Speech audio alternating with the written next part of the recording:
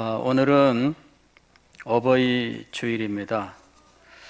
옛날에는 어머니 날 해가지고 지켰던 적이 있었습니다. 근데 어느 사이에 이제 어버이 해가지고 이 아버지들도 거기에 이렇게 슬그머니 동참을 하게 되었습니다. 그러고 보니까 참 예전에 우리 어머니 날 하다가 어버이날 할 때 말들이 많았어요.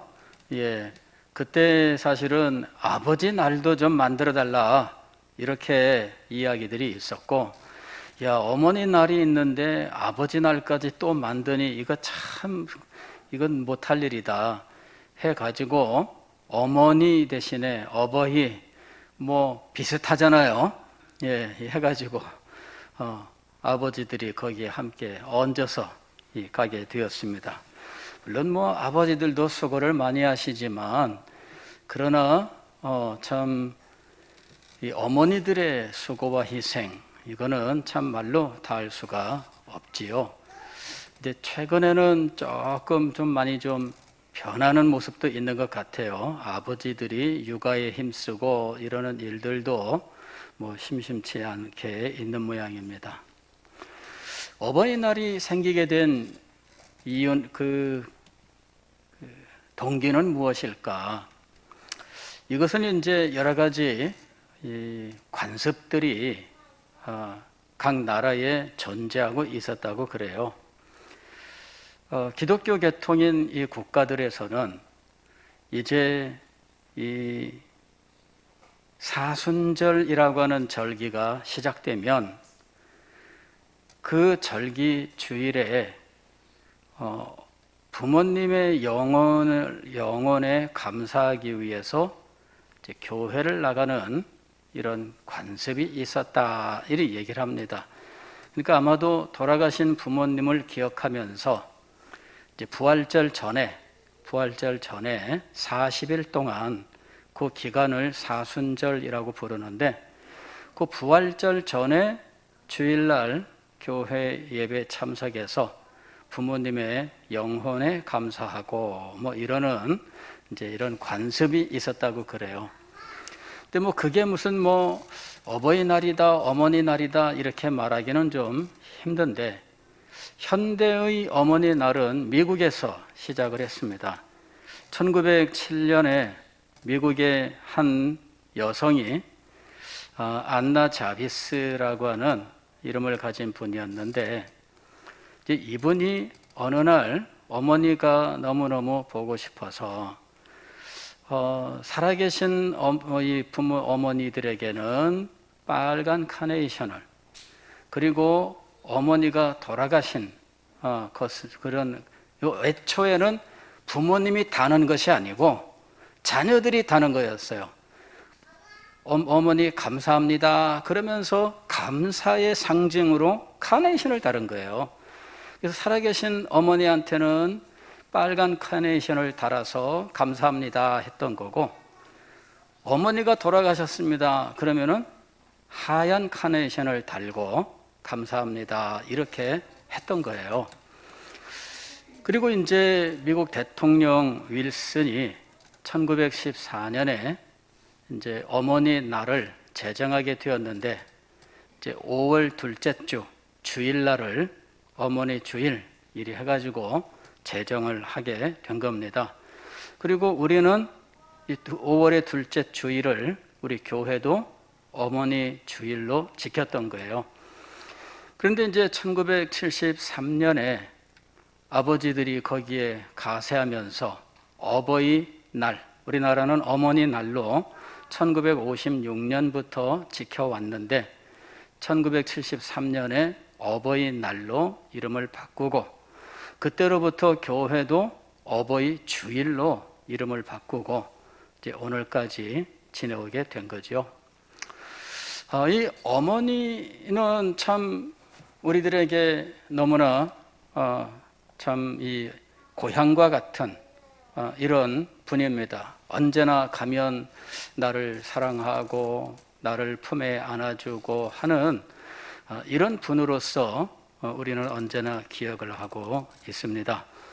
그래서 예부터 어머니에 대한 어떤 칭송 혹은 노래 이런 것들이 있었는데, 우리한테 많이 알려진 노래는 어머니의 마음이라고 하는 노래입니다.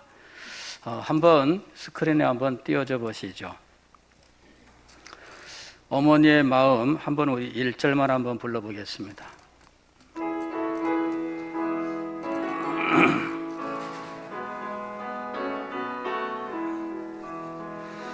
나실제 괴로움 다 잊으시고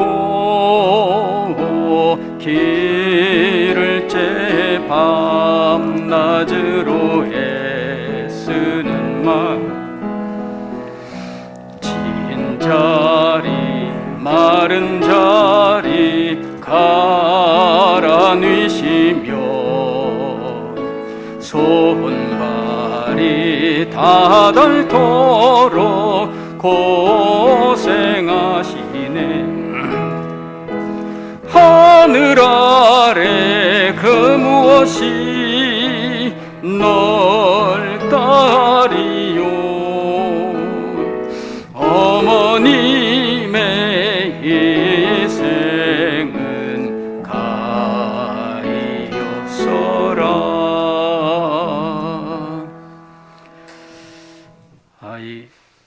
이 노래를 부르다 보니까 계속 저도 눈물이 날 것 같아가지고, 사실 여기 가사를 보면 우리 어머니들의 그 사랑과 희생, 이거는 참 말로 다 할 수가 없죠. 나실제 괴로움 다 잊으시고 길을 째 밤낮으로 애쓰는 마음, 이게 아마 우리 어린아이들, 청소년이나 우리 유초등부 같은 경우는 실감이 안 날 거예요. 청년들도 실감이 안 납니다. 그러나 이제 결혼을 하고 자녀를 낳고 양육을 하고 자녀들이 다 커서 시집장가 보내면 이제 그제서야 마음속에 깊이 다가오는 것이 바로 이겁니다. 진자리 마른 자리 갈아 누이시며 손발이 닿을토록, 손발이 닿을토록, 이 말은 아마 현대인들은 잘 느끼지 못할 수도 있어요. 예전에는요, 기저귀 이거 다 손빨래로 했거든요. 지금은 일회용 기저귀 사용하지만 예전에는 기저귀를 다 만들어서 사용을 했어요. 기저귀 빨래, 옷 빨래, 이거 하면은 손 다 닳거든요. 비누로 뭐 얼마나 이 문지르고 닦고 그러겠어요. 예전에는 고무장갑도 없었어요. 그러니까는 뭐 지문이 다 사라지죠. 그뿐만 아니고 또 예전에는 다 어려울 때니까 밖에 나가서 일을 하고 하면 그러면 뭐 그야말로 손이 다 닳아 없어질 정도입니다. 그래서 하늘나라에 그 무엇이 넓다 하리요 어머니의 희생은 가히 없어라. 제가 지난 4번에 걸쳐서 말씀을 전하면서 참 자녀들은 부모들이 헌신하고 희생한다고 해도 낳아놓았으니까 책임져야지 그게 무슨 공로가 되느냐 이렇게 말한다라고 이야기했죠. 그래서 그걸로 인정을 받으려고 얘기를 꺼내면 오히려 창피를 당할 것이다. 부모님들은 그래서 말을 안 씁니다. 말을 했다가는 오히려 큰 코 다치지요. 그럴 거면은 왜 우리를 낳았어요 하면은 참 할 말이 없습니다. 거기다가 대놓고 우리를 낳았으면 부자로 낳아주지. 이렇게 못 살고 이런 집에서 이러면은 부모들이 자신이 없죠. 할 말이 없어요. 남의 집 부모를 보세요. 저 부잣집 부모를 보세요. 그러면은 부모라고 어디 큰 소리 칠 수 있겠습니까? 그래서 점점 더 작아지고 점점 더 용기가 사라지는 것이 부모들입니다. 그러나 우리는 부모의 사랑과 희생을 가볍게 여기는 이런 풍조나 생각이 있다면 이것은 대단히 잘못되었다고 말해야 됩니다. 세상 어디에 여러분들에게 단돈 10만 원이라도 그냥 주는 사람들이 있습니까? 그런 사람이 어디 있어요? 그저 필요합니다 하고선 이야기하면은 그 힘들고 어려운 중에도 여러분이 말한 그거 채워주려고 하는 그런 사람이 세상에 어디 있어요? 가서 그런 사람 10명만 데리고 오세요. 어디 가서 여러분이 그런 사람을 10명이 아니라 5명만 데리고 와보세요. 여러분들이 그렇게 아끼고 사랑하는 여러분의 친구들을, 여러분들이 그렇게 신뢰하는 친구들을, 그런 부모님처럼 여러분에게 할 수 있는 친구들이 있다면 한번 3명이라도 데려와 보세요. 그런 사람이 있습니까? 없어요. 그래서 부모님의 헌신과 사랑에 대해서 당연한 듯 말하는 것은, 여러분, 이거는 대단히 잘못된 겁니다. 어디 부모님이라고 해서 먹고 싶은 것이 없겠으며 입고 싶은 것이 없겠으며 갖고 싶은 것이 없겠습니까? 그러나 가정을 위해서, 자녀들을 위해서 모든 것을 참고 절제하면서 미리 가지고 있다가 자녀들이 말하면 그거 준비해 주는 거예요. 혹은 없으면 얼마나 가슴이 아프고 쓰라린지 그것 때문에 밤잠을 못 이루고 고민하다가 겨우겨우 마련해서 주는 거예요. 그럴 수 있는 사람을 여러분의 인생에서 부모님 이외에 또 누가 있는지 한번 찾아보세요. 여러분의 형제들이라면 그렇게 할 수 있을까요?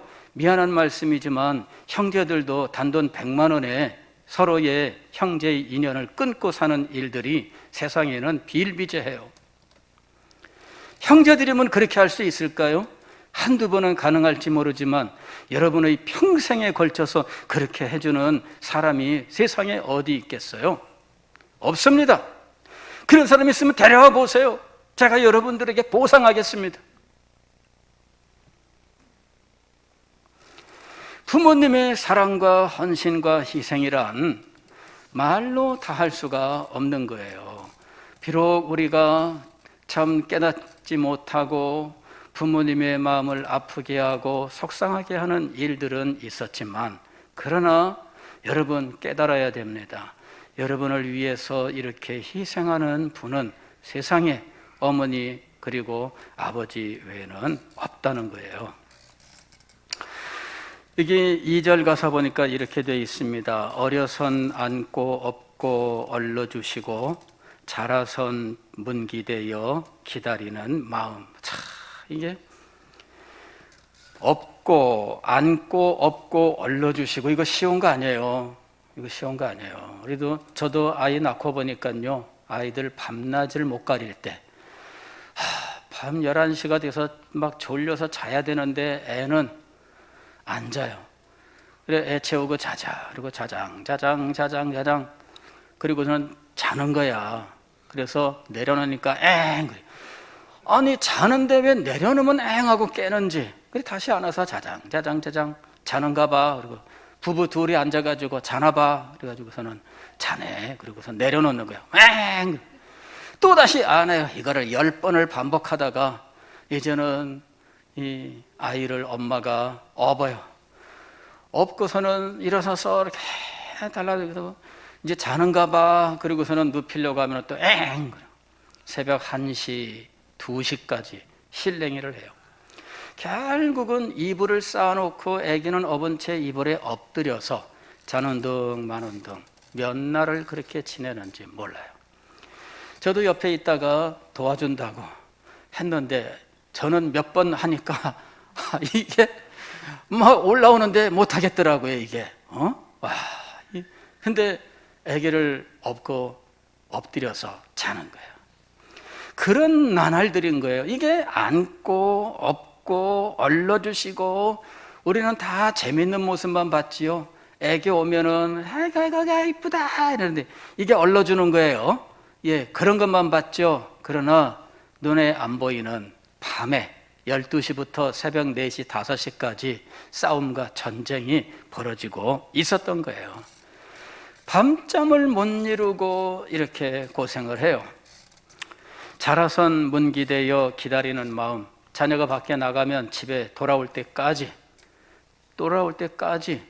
안 자고 그냥 졸려운데 그냥 막 안 자고 기다리면서 이제나 저제나 걱정하면서, 옛날에는 전화도 없었어요. 지금은 뭐 카톡으로 어디냐, 오냐, 어디쯤이냐 뭐 다 확인되는데 옛날에는 그런 것도 없었어요.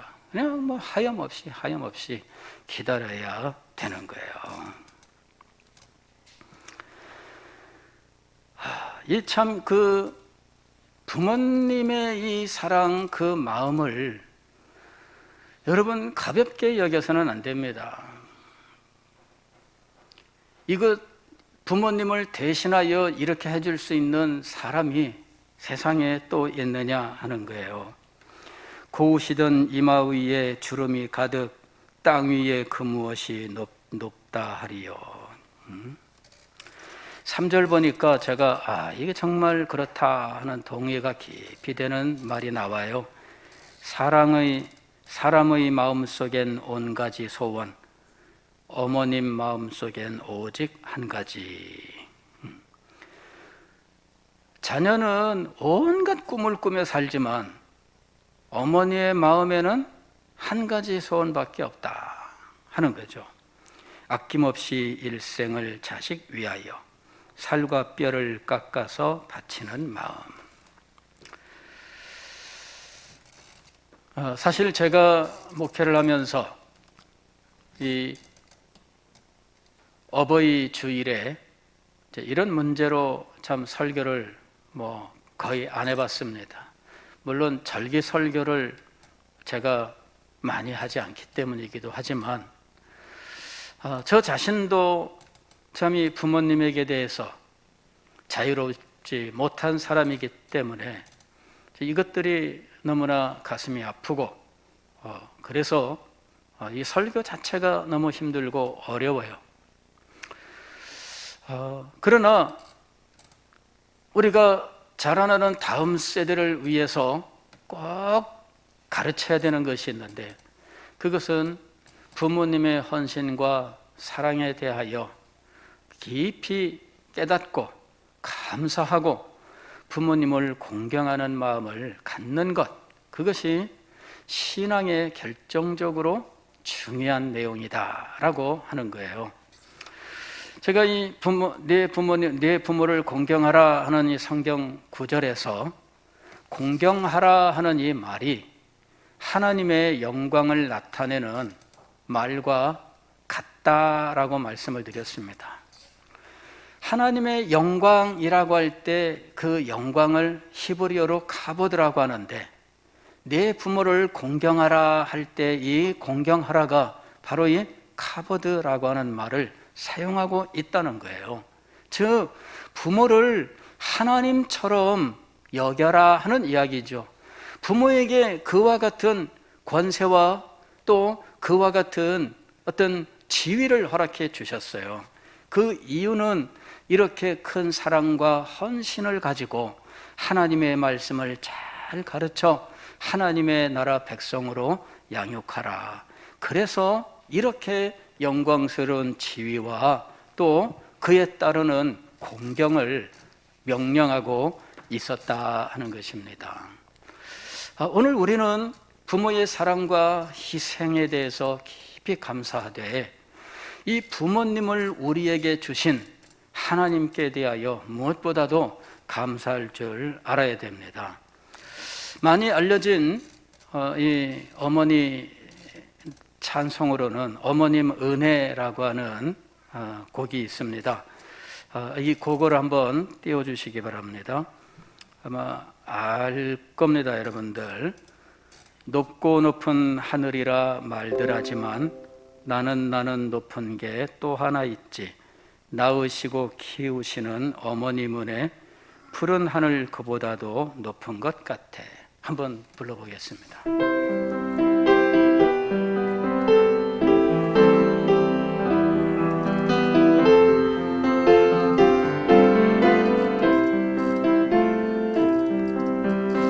높고 높은 하늘이라 말들 하지만 나는 높은 게 또 하나 있지.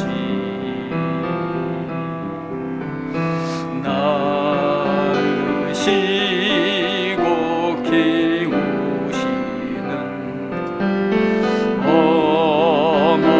어머님은 푸른 하늘 그보다도 높은 것 같아.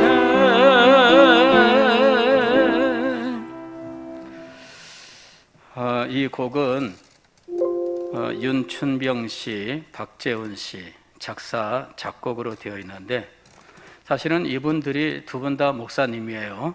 예. 그리고 이 박재훈 목사님은 우리 찬송가 작곡가로서도 이제 많이 알려져 있는 분이고요. 이분이 작곡한 찬송이 우리 찬송가에도 여러 곡이 실려 있습니다.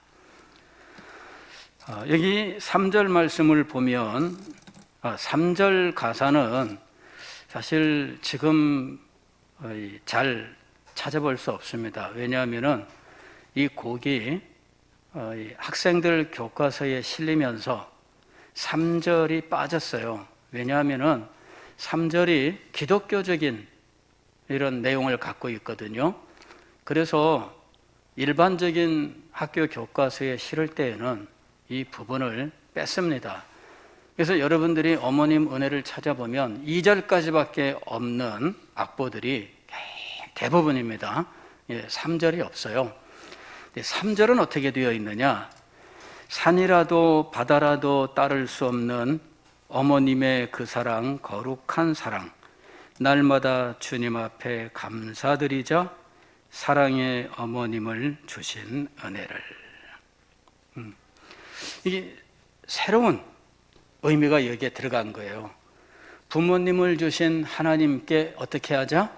감사드리자. 우리 부모님은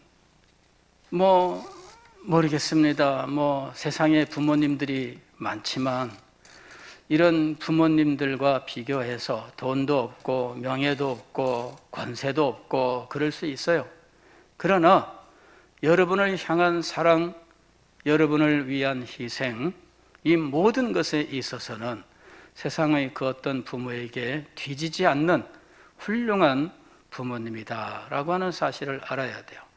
그리고 그분들의 손길을 통해서 그분들의 사랑과 돌봄을 통해서 오늘 여러분들이 존재하고 있다는 것입니다. 여러분이 무슨 효도를 한다고 해서 그 효도가 부모님의 사랑과 은혜에 갚음이 될 수 있을까? 그렇지 않습니다. 여러분이 공부를 잘하면 부모님의 은혜에 갚음이 될까? 천만의 말씀입니다. 여러분이 공부 아무리 잘해도 부모님의 은혜에 단 하나라도 갚음이 될 수 없습니다. 과거에 제가 학생 때 그런 생각을 한 적이 있습니다. 이 부모님한테, 우리 어머니한테 제가 뭔가를 이렇게 요청을 했는데, 그건 뭘 달라고 했는지 모르겠어요. 그랬더니 우리 어머니께서 돈 없다, 안 된다, 아마 이렇게 말씀을 하신 것 같습니다.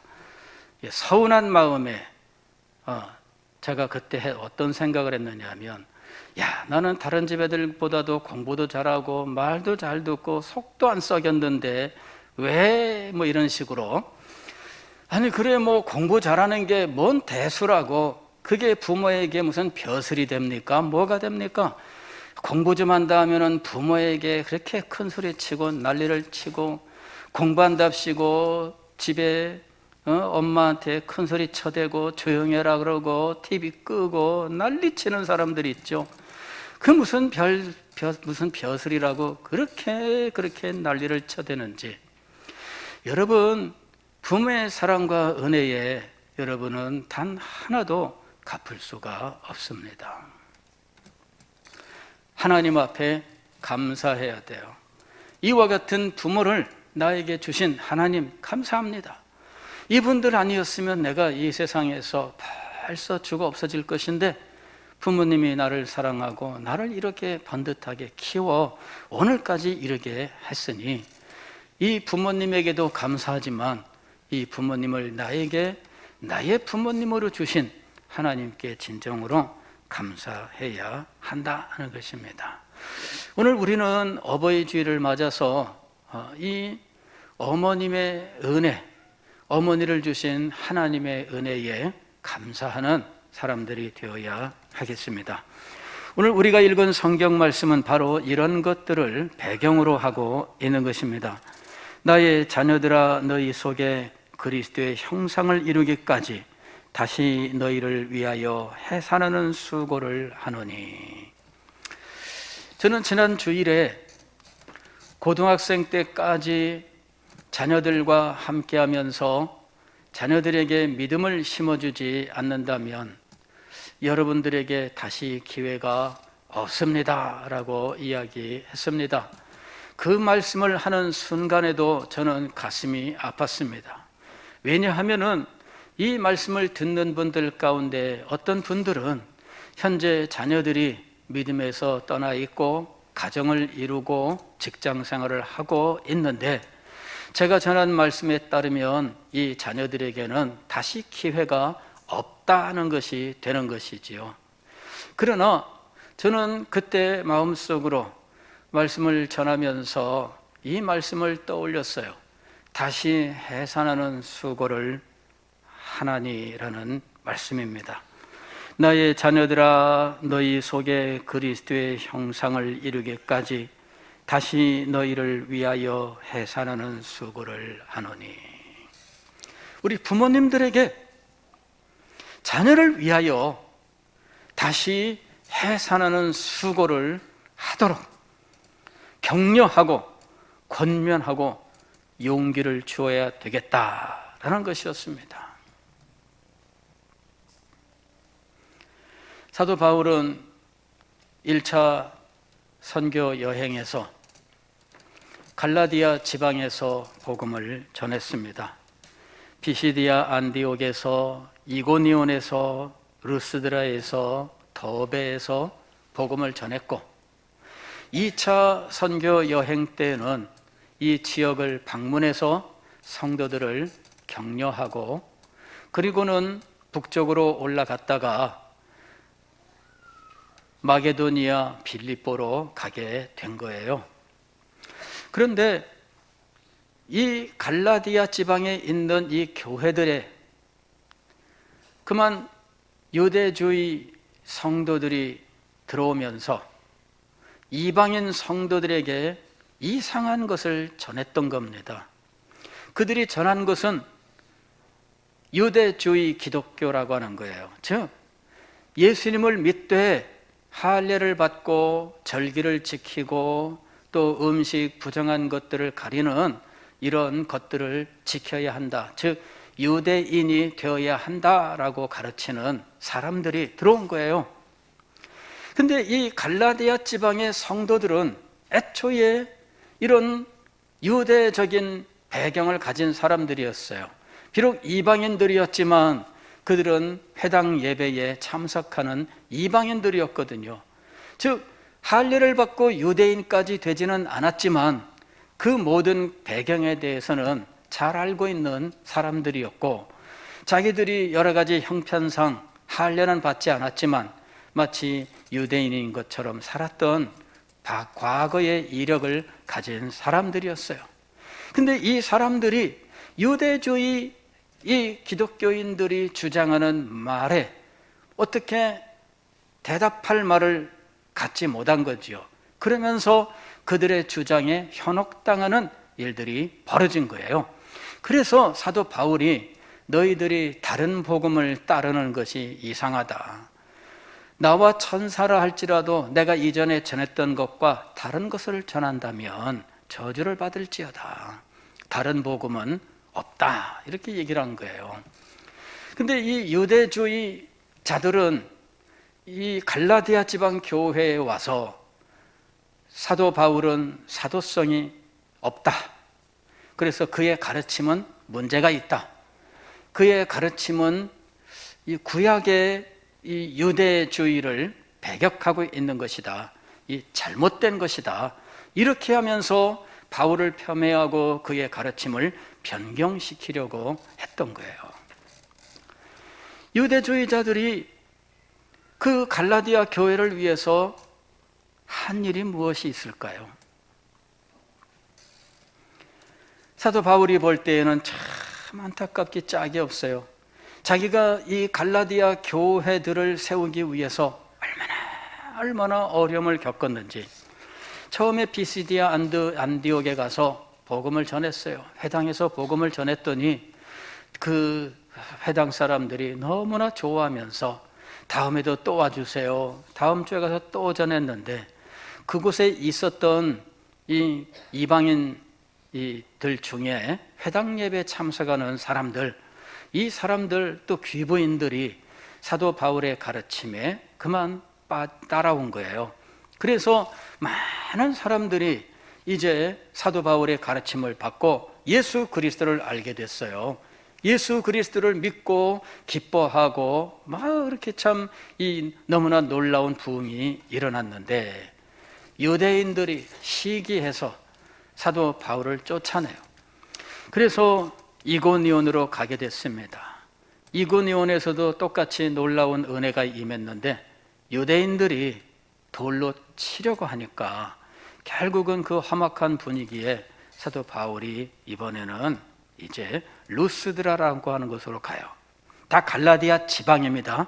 소위 말하면 경상도 지방에 부산과 울산과 대구와 이렇게 있는 것처럼 갈라디아 지방에 비시디아, 안디옥, 그 다음에 이고니온, 루스드라, 더베 이런 도시가 있는 거예요. 루스드라로 갔어요. 그랬더니 이 루스드라에서는 안진뱅이를 고치는 일을 하게 돼요. 그러면서 복음이 전파되고 많은 사람들이 예수님을 믿게 되었는데 이번에는 안디옥하고 이고니온의 유대인들이 사도 바울을 잡으러 쫓아온 거예요. 이래가지고 루스드라의 유대인들과 함께 힘을 합쳐가지고 사도 바울을 돌로 내리치는 거죠. 이래가지고 사도 바울이 그냥 실신을 한 거예요. 그래 유대인들이 바울이 죽은 줄 알고 바울을 성 밖에다가 내다 버렸습니다. 기독교인 성도들이 참 바울이 죽은 줄 알고 걱정하고 둘러싸고 있는데 바울이 눈을 뜨고 꿈틀꿈틀 거리더니 일어나서 옷에 흙을 툭툭 털었던 거예요. 그 길로 더베로 가서 복음을 전하고 다시 최초의 그들을 선교사로 파송했던 안디옥으로 돌아오게 돼요.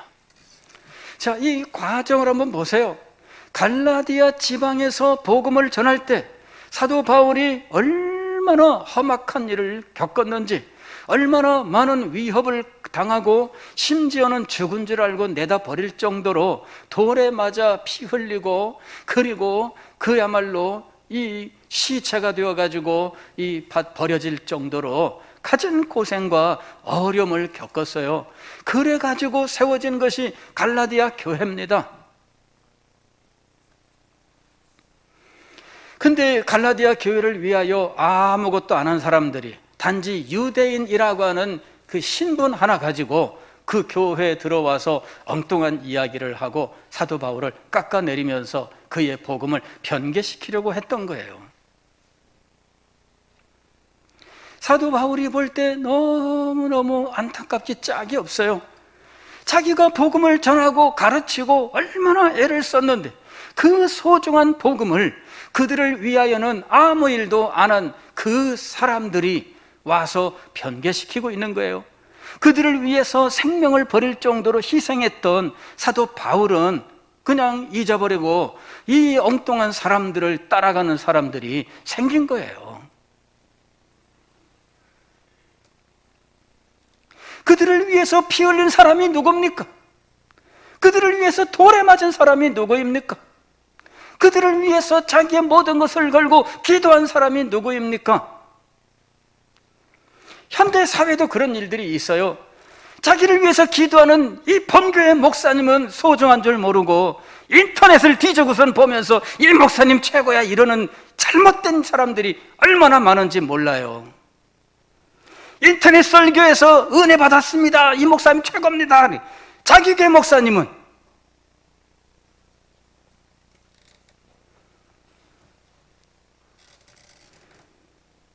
인터넷 목사님이 여러분을 위해서 기도해요? 인터넷 목사님이 여러분을 위해서 무슨 희생을 해요?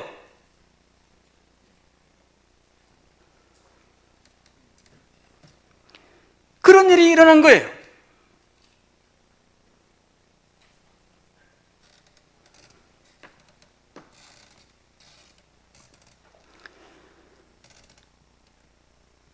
사도 바울이 그런 상황에서 갈라디아에 편지를 보냈던 겁니다. 잘못된 모든 것들에 대해서, 사도 바울 자신의 사도성에 대해서 내가 주님의 부르심을 받았고 세우심을 받은 참 사도다 하는 사실에 대해서 논증을 하고, 또 잘못된 유대주의에 대해서 그들 말로 하면 유대인이 되어야만 예수 믿고 구원받는다는 꼴이 되는 겁니다. 유대인이 되어야만 예수 믿고 구원받나요? 아닙니다. 그냥 예수 믿고 구원받는 거예요. 그래서 이 가르침을 제대로 가르치기 위해서 사도 바울은 아주 단호한 결심을 하게 되었는데, 그것이 바로 다시 해산하는 수고를 하겠다라는 것입니다. 여기서는 놓는 것만으로 끝나는 것이 아니라 양육까지를 포함한 의미로 사용하고 있어요. 왜냐하면 나의 자녀들아 너희 속에 그리스도의 형상을 이루기까지 이랬습니다. 그리스도의 형상이 이루기까지는 다 클 때까지라는 말이에요. 다 클 때까지 너희를 위하여 다시 해산하는 수고를 하노라 하는 것이죠. 우리는 자녀들에 대해서 자녀들이 이 길도 갈 수 있고 저 길도 갈 수 있지만, 그러나 그가 마음속에 믿음을 갖고 하나님의 말씀을 깨달아 그의 모든 마음의 뜻과 생각이 하나님의 말씀으로 잘 정립이 되어서 하나님의 사람이 될 때까지 우리는 자녀들을 위하여 수고하고 희생하고 자녀들을 위해서 기도해야 되는 거예요.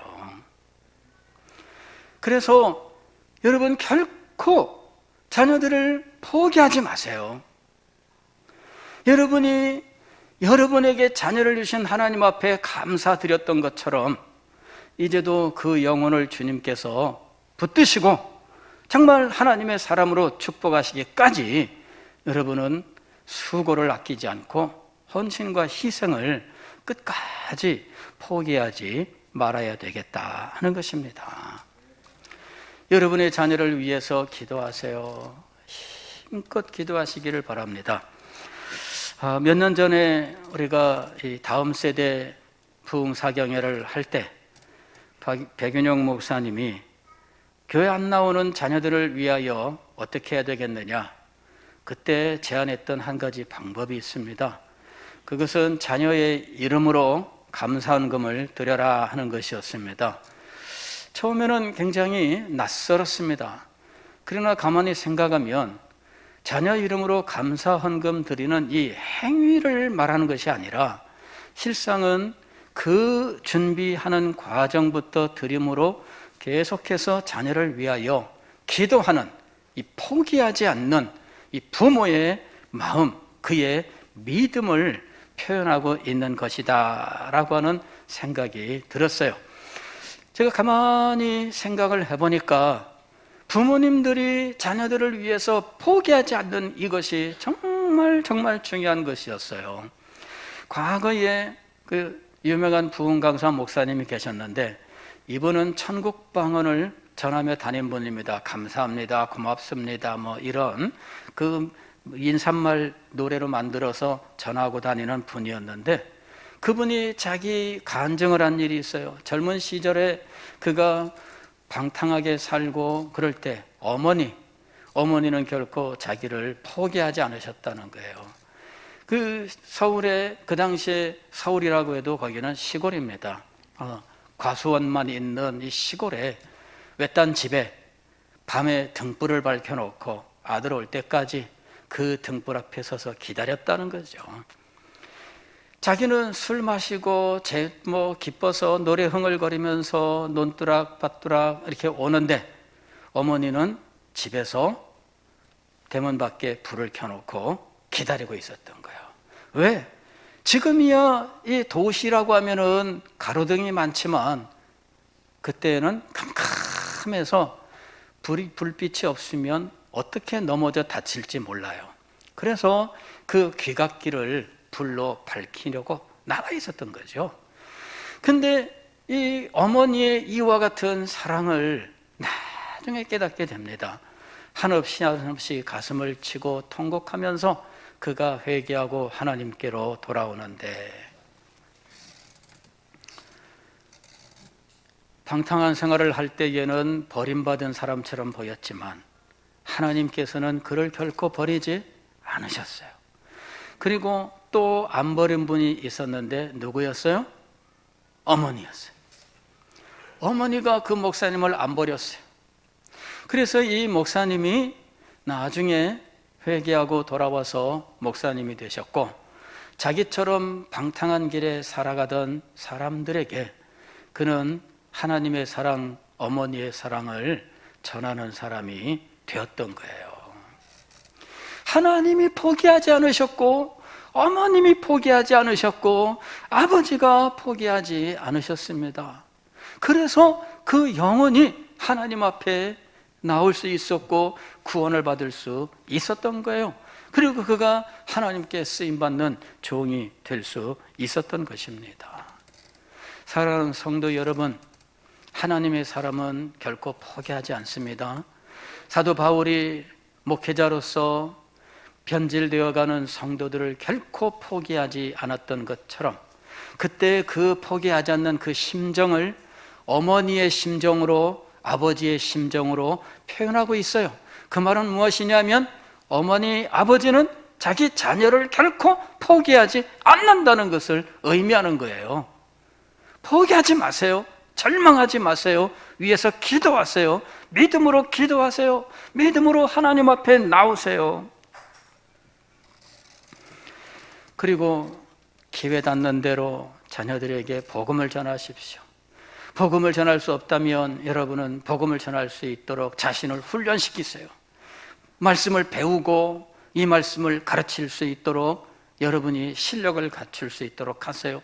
그렇게 해서 복음을 가르치고, 그리고 여러분이 얼마나 간절히 소망하는지, 여러분이 얼마나 간절히 기다리고 있는지, 아니 하나님께서 얼마나 기다리고 계신지를 알려줘야 하는 것입니다.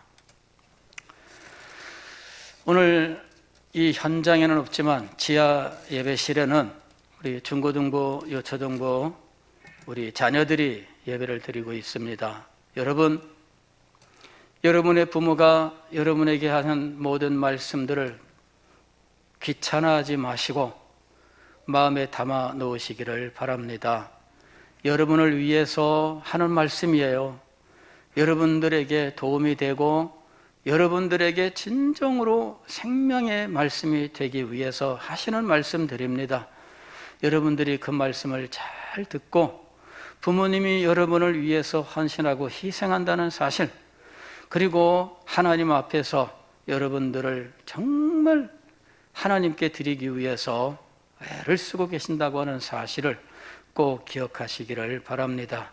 그리해서 그 교훈을 받고 하나님의 사람으로 잘 성장할 수 있기를 주의 이름으로 축원합니다. 우리 부모님들 낙심하지 마세요. 실망하지 마세요. 끝까지 소망 가운데 믿음으로 자녀를 위해서 기도하고 끝까지 자녀들에게 하나님의 뜻을 가르치시기를 바랍니다. 주님께서 역사하시고 주님께서 은혜를 베푸시기를 주의 이름으로 축원합니다.